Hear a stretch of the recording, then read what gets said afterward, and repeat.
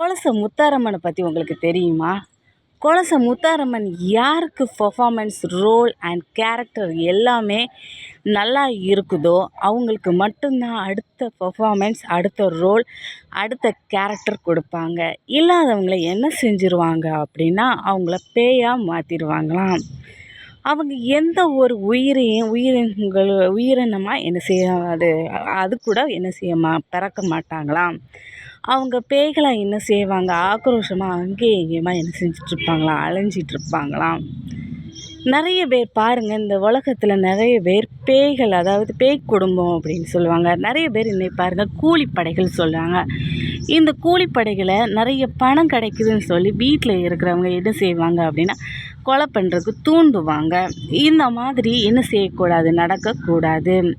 குடும்பம் அப்படிங்கிறது ஒரு கதம்பம். அதாவது கணவன் மனைவிங்கிற உறவு ஒரு கணவன் மனைவிக்கு மட்டும்தான். சில குடும்பங்களில் தகாத உறவுகள் என்ன செஞ்சுப்பாங்க, வச்சுப்பாங்க. அதாவது எப்படி வாழ்வியல் முறைகளை வாழணும் அப்படிங்கிறது தெரியாது. அதாவது அண்ணன் தங்கச்சி, அப்பா மக, இந்த மாதிரி அவங்க தகாத உறவுகளை என்ன செஞ்சுப்பாங்க, பண்ணிப்பாங்க. இதே சமயத்தில் அதாவது என்ன செய்வாங்க அப்படின்னா, அவங்களுக்கு விவரம் தெரிஞ்ச பிறகு செய்யக்கூடாத தவறுன்னு சொன்ன பிறகு என்ன செஞ்சுப்பாங்க, செஞ்சுட்டே இருப்பாங்க. இது மிகப்பெரிய என்ன செய்யுது, தவறான ஒரு பெர்ஃபார்மன்ஸ்.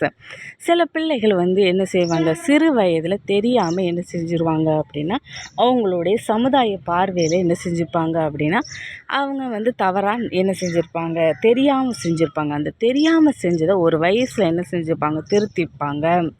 நிறைய விஷயங்கள் தெரியாமல் என்ன செஞ்சுருப்பாங்க, பண்ணியிருப்பாங்க. இது முத்தாரம்மை என்ன செய்வாங்களாம், எல்லாட்டையும் விசாரிப்பாங்களாம். விசாரித்து அவங்களுடைய உள்ளார்ந்த உணர்வு இன்ஸ்டிடியூஷன் பவரில் என்ன செய்வாங்களாம், கேட்பாங்களாம். நீங்கள் தெரிஞ்சு செஞ்சியா, இல்லை தெரியாமல் செஞ்சியா, இல்லை சின்ன வயசில் புரிஞ்சு செஞ்சியா, இல்லை புரியாமல் தான் செஞ்சியா அப்படின்னு சொல்லி கேட்பாங்களாம். அப்படி கேட்கும்போது இந்த நபர் என்ன சொல்லுவாங்க அப்படின்னா, தெரியாமல் செஞ்சுட்டேன் அப்படி சொல்லும்போது அவங்களுக்கு என்ன செய்வாங்களாம் அப்படின்னா, நல்ல ஒரு வாழ்க்கை, அதாவது திருந்தி வாழக்கூடிய ஒரு அமைப்பை என்ன செய்வாங்களாம், கொடுப்பாங்களாம்.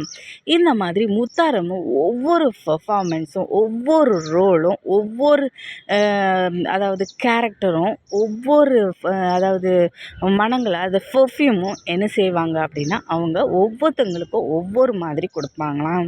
இந்த வாழ்க்கையை எப்படி வாழணும், இந்த வாழ்க்கையை கடைசியில் எப்படி நன்மையாக செஞ்சு முடிக்கணும், ஒவ்வொரு ரோலையும் ரொம்ப அதாவது ருசித்து வாழணும். அதாவது பணத்துக்காகவோ, மனத்துக்காகவோ அல்லது அடுத்தவங்களுடைய சொற்களுக்காகவோ நம்ம என்ன செய்யக்கூடாது, வாழக்கூடாது. நம்மளுடைய ரோலு, பெர்ஃபார்மன்ஸ், நம்மளுடைய கேரக்டர் எல்லாத்தையுமே என்ன செய்யணும் அப்படின்னா, அதாவது அர்த்தமுள்ள ஒரு பெர்ஃபார்மன்ஸாக கொண்டு வரணுமா. இப்படி வாழும் பொழுது கண்டிப்பாக அவங்க பெர்ஃபார்மன்ஸ் கொடுப்பாங்களாம். நிறைய பேருக்கு குழந்தை இல்லாத பாக்கியம், நிறைய பேருக்கு என்ன திருமணம் செய்யக்கூடிய பாக்கியம், நிறைய பேருக்கு என்ன செய்கிறது, வாழ்வை அமைச்சிக்கொள்ள, அதாவது மறுவாழ்வை அமைச்சிக்கொள்ளக்கூடிய ஒரு பாக்கியம், எல்லா விஷயத்தையும் அவங்க கொடுப்பாங்களாம். எதன் அடிப்படையில் கொடுப்பாங்களாம் அப்படின்னா, அதாவது என்ன செய்வாங்களாம், கண்ணால் காண்றது போய் காதால் கேட்குறதுக்கு தீர விசாரித்த பிறகு தான் என்ன செய்வாங்களாம், முத்தாரம்மன் ஒரு பெர்ஃபார்மன்ஸை கொடுப்பாங்களாம். சரி வியூவர்ஸ், இந்த பெர்ஃபார்மன்ஸை வாங்குறதுக்கு நாங்கள் ரெடி, நீங்கள் ரெடியா?